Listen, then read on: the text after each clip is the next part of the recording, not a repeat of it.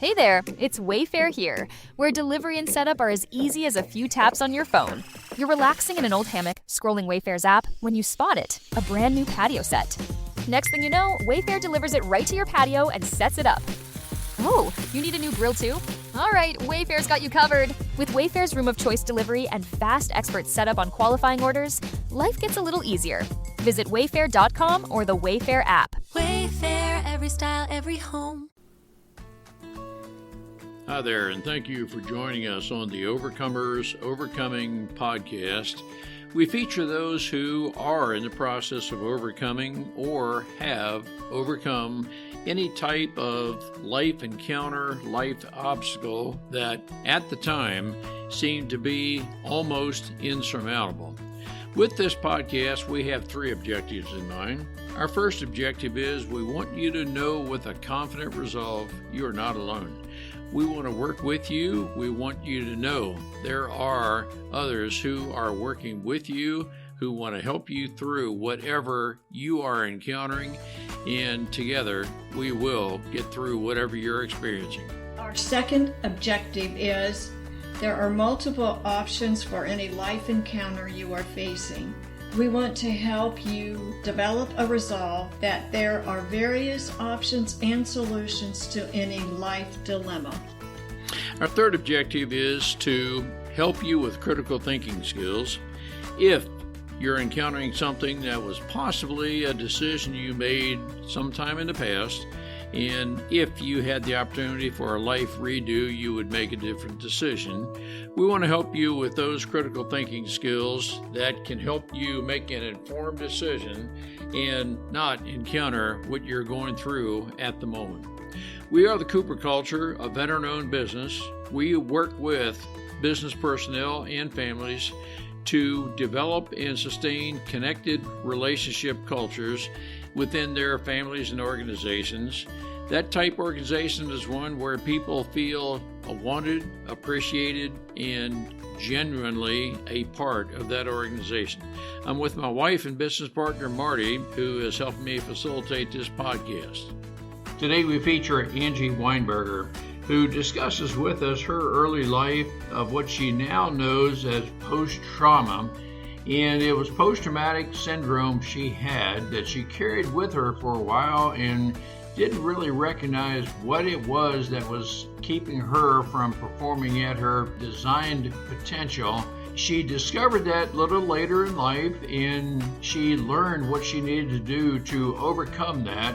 Her lesson in life is very applicable to leaders in the workplace, that it is possible that you have someone in the workplace who is underperforming because of something in life such as post-traumatic syndrome. As we are aware of these people who might have something inhibiting them from performing at their full potential, when we have a culture of a psychologically safe workspace, my hope is that those people would be willing to discuss with us what is troubling them. They might need professional help beyond us to overcome whatever is troubling them, but through our awareness, we can help them. Through our compassionate caring, they will know that we care about them. Let's listen to Angie to determine what it was that she went through, and these are symptomatic of what could be happening to someone in your organization. Let's listen and learn together. Angie, it's great to have you with us. Our listeners are going to be very interested in knowing a bit of your past, as I have learned to know you through maybe almost a year association. You have felt comfortable stating that there was a time in your life where you were not performing at your God-given potential.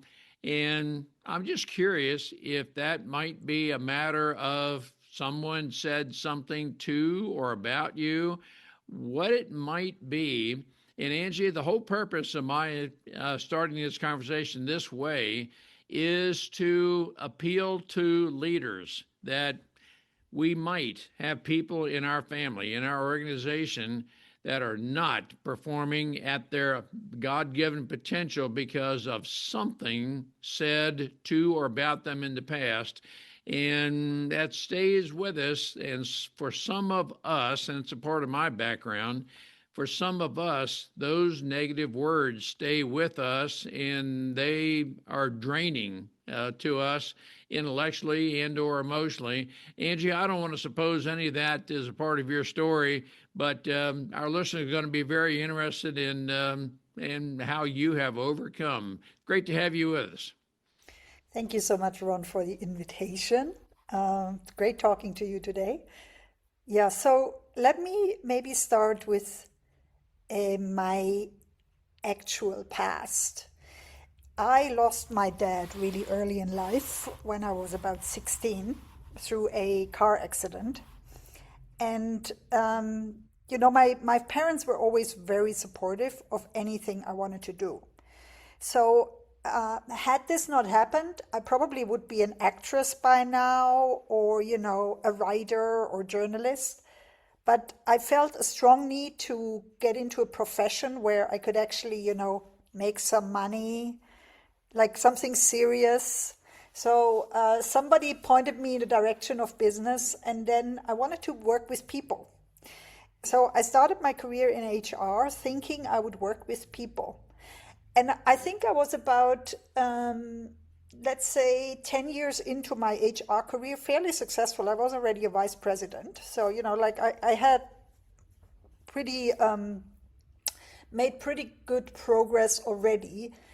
But there were several times in my career where more senior leaders, gave me some, let's say, actual great advice. And one thing that just came to my mind was that one leader once said to me, look, you should not work in HR. You should do something more like in consulting or coaching and work with people. You have such great potential, but you're actually wasted in HR. So, that was what one leader said to me over a glass of beer while we were firing a lot of people from their job. And then another leader told me once, while I was working on a project in India, she said, look, you're working so hard, Angie, but does anybody in leadership know what you're actually doing? And this was more about, self-promotion. So maybe you know this, Ron, but I had this belief that if I just worked well, worked hard enough, did a good job, then I would sort of be discovered. I sometimes now refer to this as sort of the Cinderella complex. Somebody's gonna discover me and save me. And this doesn't happen in the real world. So, you have to do good work, but you also need to talk about it. And I think a lot of women especially feel a lot of shame around self-promotion and even, just about telling people the good things that they do. Now, you lost your dad at when you're 16 years old. That was, I'm guessing, Angie, emotional trauma to you. Did you have to go through some number of years of overcoming that emotional trauma? Did that impact you feeling a little bit less of yourself? Ron, I think only in hindsight I recognize the impact it's had on my life. Maybe even only in the last 5 to 10 years, while becoming a better coach, a deeper coach, working more on psychology topics, I probably recognized that, a lot of the things that I did in my previous life were post-traumatic stress disorder topics. So, you worked in the army, you've dealt with this probably a lot yourself, you know what I'm talking about.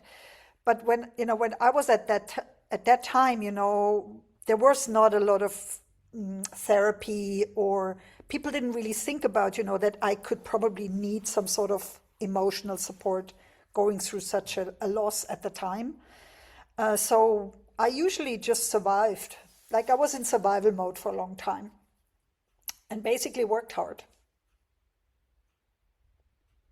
Angie, I'm going to ask you somewhat of a leading question here, and I have a reason for asking this, but have you felt that you've always had to work especially hard to prove yourself to be a member of a team, maybe because of your gender being a female? And I want to ask you some other questions about being a Yeah. part of a team. Yeah.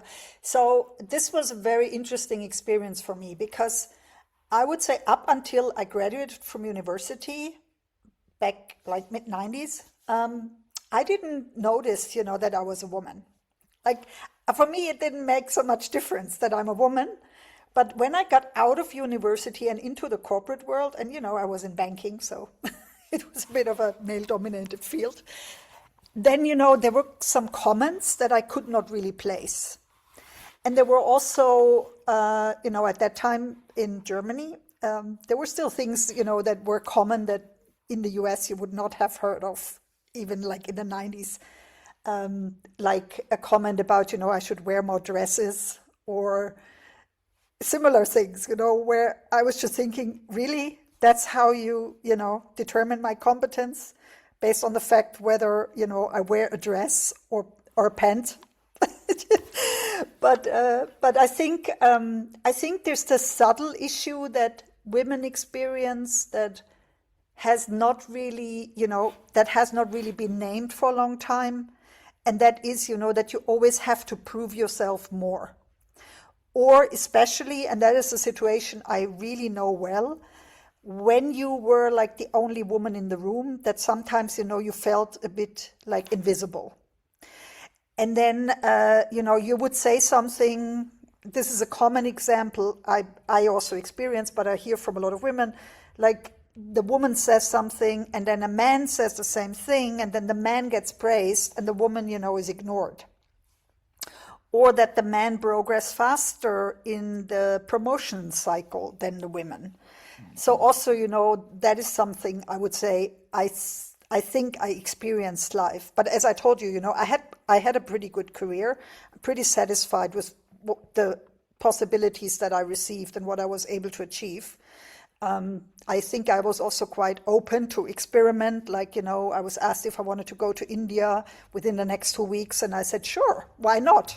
Yeah, so, that wasn't also not very common back in the day, that women would just do that. So, I think I wasn't lucky that I went to those steps, but I also, I also had very good mentors along the way, managers along the way that were very supportive, or, really helped me see things that I didn't see myself.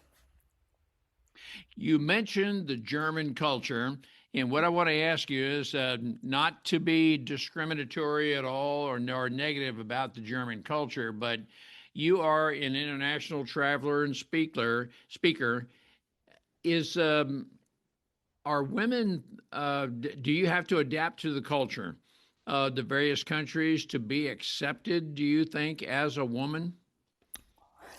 I think honestly, it depends a bit on what we're talking about.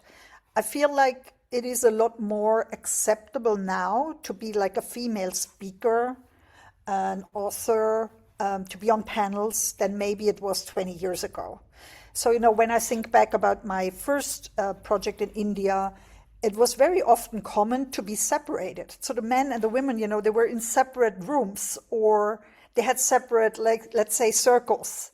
Like, when you were trying to network in a Germanic context, it's all mixed. But there it was separated. And that was an interesting experience for me as, somebody who was always used to being treated on an eye-to-eye level with men, to just be in a different room or in a different circle just because of my gender. But this has also changed a lot. Yeah. So generally, I would say, yes, you need to adapt to your audience, but now, what we experience many times is that our audience are very well, they're very heterogenic, they're very mixed. We work with people from all over the globe. Even, in classrooms, we have people from everywhere. So it's that's, one of the things that I address in one of my programs, the Global Rock Stars, is, to understand that you need to be inclusive to everybody. Cultural background, gender background, any kind of identity you have to sort of take into account as a leader of a global team or remote team. And so, it's no longer only about gender. There's so many things to need to think about as a leader. And I want to address, again, the topic of teamwork and inclusivity. That, yes, it's thank you to you and others who have helped with total inclusivity. But have you worked with different companies that are not functioning as well as could be as a team because you can sense maybe some discrimination, some gender biases, whatever the term may be?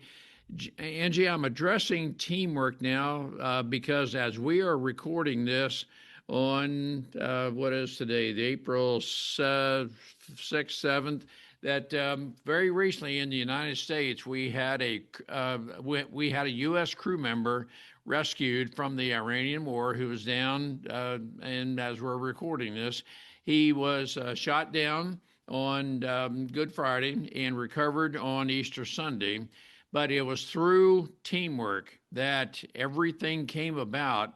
And I'm going to say as well, as I'm building up to teamwork, right now, Artemis 2 is circling the moon en route back to the Earth.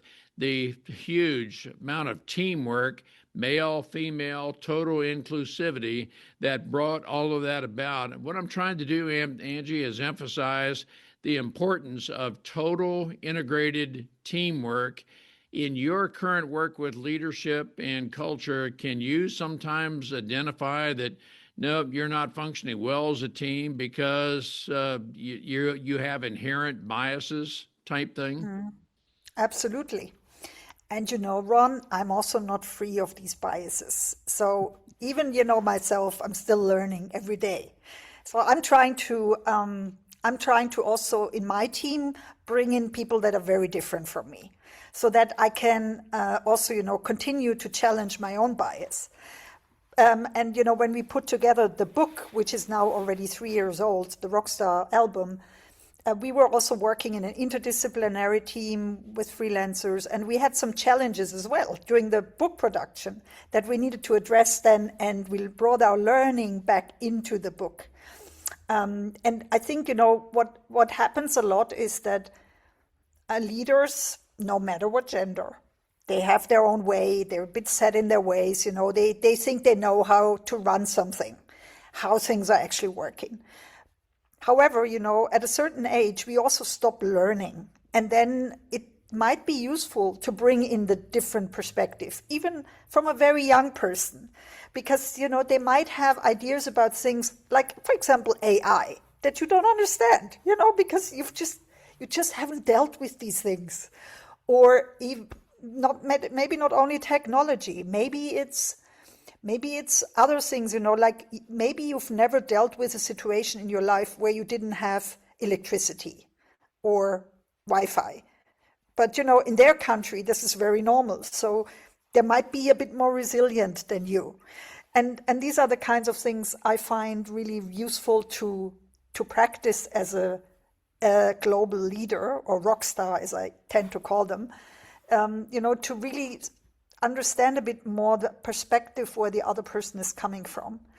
And sometimes even to challenge your own assumptions by asking a question like, what are you trying to tell me? Or how could you explain this to me again? Because I'm not sure if I'm getting you. Yeah. So even that sometimes helps.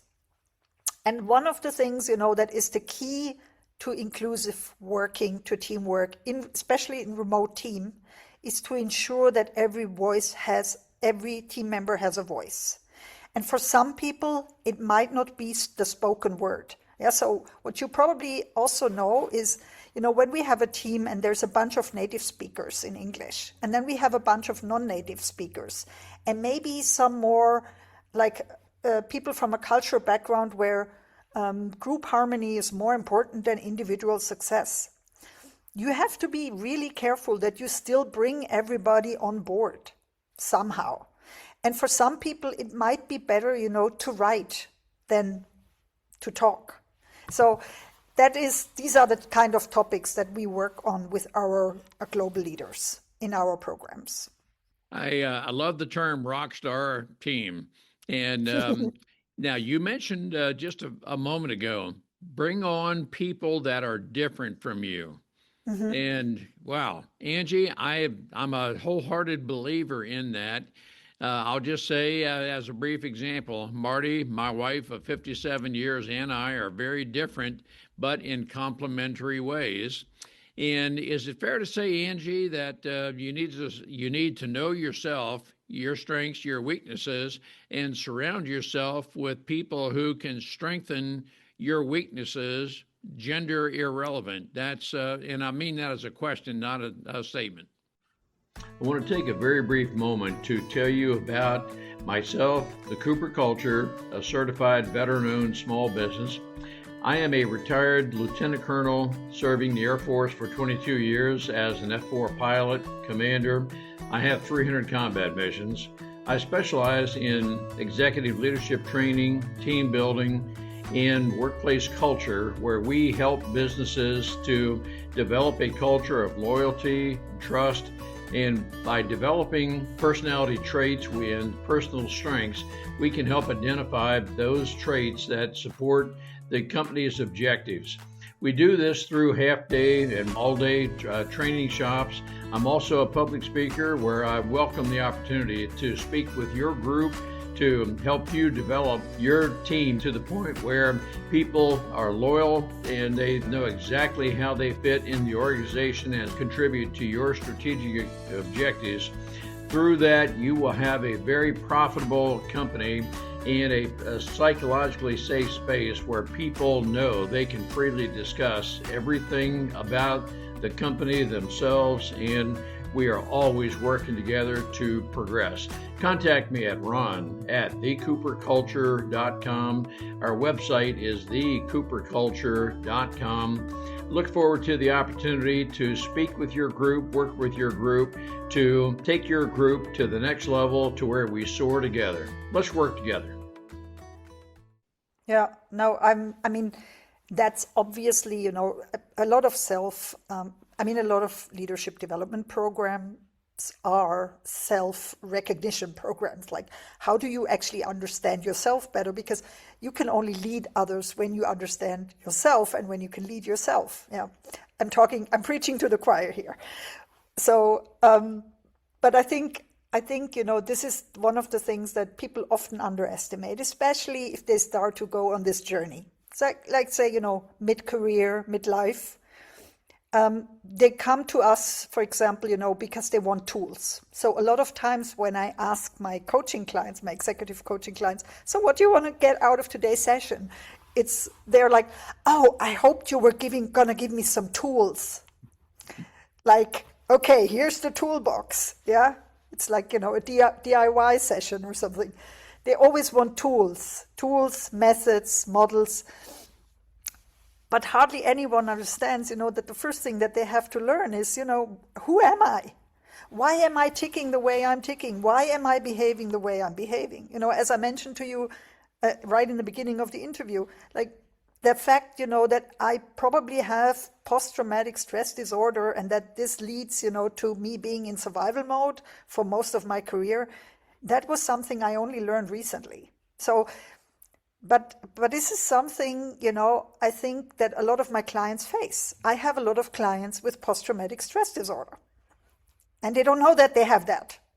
They just, they think some of the issues that they face, they are because of other things, like in the environment. So we need to, we need to learn more about ourselves. And then it's very similar in therapy, for example, once you start to understand yourself better, then you can also tackle your situations, your topics, your problems better. As leaders, it might be difficult to become aware of post-traumatic stress disorder symptoms. Angie, I want to ask you very candidly, would you feel comfortable discussing a little bit about your personal PTSD? And I'm asking this question totally in the context that how could a leader maybe recognize the symptoms of someone else experiencing PTSD? As I'm asking this question, I want to be very careful that we as leaders are not trying to label or stigmatize anybody, but rather, because of your past PTSD, you might not be performing at your maximum potential. But Angie, can you give our listeners some maybe clues how to be aware of, and then how do you approach a person who might be experiencing PTSD? They may not be willing to divulge or discuss any part of that, but maybe they would if you had the right approach. That's kind of a wide overarching question. Yeah. So first of all, caveat, I'm not a clinical psychologist. Obviously, I'm a coach and an HR professional by background. So I would say if you have the suspicion, even the slight suspicion as a manager or HR person, that one of your team members suffers from symptoms of post-traumatic stress disorder, I think you need to refer them to a professional. So, don't try to deal with the topics yourself. But I think one of the symptoms could be a low resilience to stress. Yeah, so when you notice, for example, that they're constantly overwhelmed, but in your perception, it's not clear why. That could be a sign, yeah. Or that they're postponing important decisions to the future because they always think, at some stage I will feel safe, and when I feel safe, I will do X, Y, Z. That could be an indication.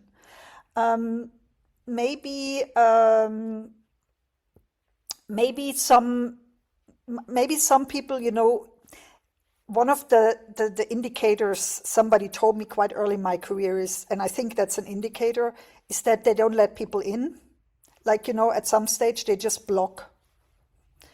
I think that they have at some stage lost trust, in others, or they don't want to shock people with the reality. Let's say, for example, as a soldier, you've seen things in the war, and you don't want to share that with others. Then you build this wall, yeah. And somehow people feel like they cannot get through a wall with you. They only get to a certain point with you. So these could be, I think, some of the indicators that I would. What I'm processing you're saying, Angie, and certainly correct me if I'm wrong, but a person who has near-term thinking, and that's how I'm processing what you're saying, that, I feel overwhelmed. I don't know how to get from where I am to the next point. I look at that as near-term thinking. Mm-hmm. For a person who's near-term, they may not be, they may be conditioned, their mindset, that I just don't know how to get beyond where I am in my thinking.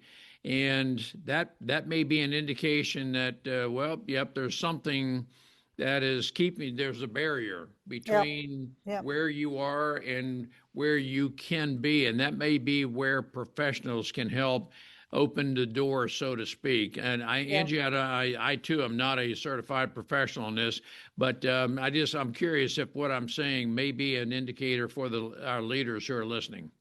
Yeah. And then there's another thing that I usually tell my clients, no matter what kind of symptom or issue that they have, generally to deal with stress, that is to learn to listen to body symptoms. Because most of us, when we experience some kind of stress, there's what is usually called a trigger. And the trigger is something that already happens, you already notice it in your body before your brain even understands what is going on. So, for example, you could have back pain or headaches, migraines, or, for some people, the skin starts to get scarred, or People usually, when I say that, they say, oh yeah, now I know, whenever I get stressed, I get, like my heart rate goes up. So they start to then listen to these body symptoms a bit more. And then, they can understand a bit more what creates stress for them. And that is very different from person to person. And I think that also has a lot to do with, for example, what you have experienced in childhood. I'm totally on board with you. What you seem to be saying is you seem to be addressing emotional intelligence. Is that essentially what it is? It basically goes back to, getting to understand yourself better. Yes. And most of the time, most like people that I deal with, and I think you probably deal with similar people, they're very like brain minded. So, they try to explain and analyze and overanalyze everything. Yeah. Usually I deal with very intelligent people to, like actual really highly intelligent people. But they don't really have access to their emotional side. So as you could say you need to develop emotional intelligence, but this is also very hard to grasp for people. But when they then, understand, oh, maybe my body can tell me something that I didn't even realize, that I had, it helps sometimes for them to make a little progress, especially when it comes to resilience. Yes, and what I'm thinking of as you're speaking, it is possible that something through conversation could trigger an emotion which causes you to reflect on something in the past, which then makes the past a current happening in the mind, which tends to control you for the moment. Exactly. And most people will, know that in hindsight. They will say, oh yeah, this happened, and because of this, I then reacted in this way. But usually only when they start to reflect, and this reflection only happens in coaching or in therapy sessions. Because in the normal day-to-day, they don't get the time to reflect. So, one of the things I always say is, if you want to really start an executive coaching process, you do this because that gives you the space and time to think and to reflect on your experience, get to know yourself better, and then lead from a more informed approach, rather than from the rat race that you're normally in.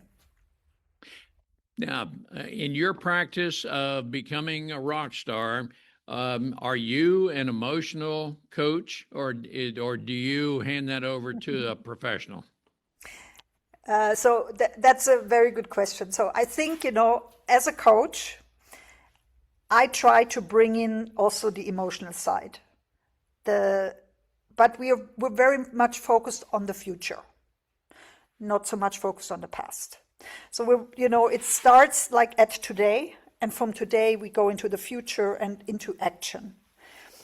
And then sometimes if somebody wants to go deeper, I can suggest, what kind of topics that maybe they want to discuss or look at.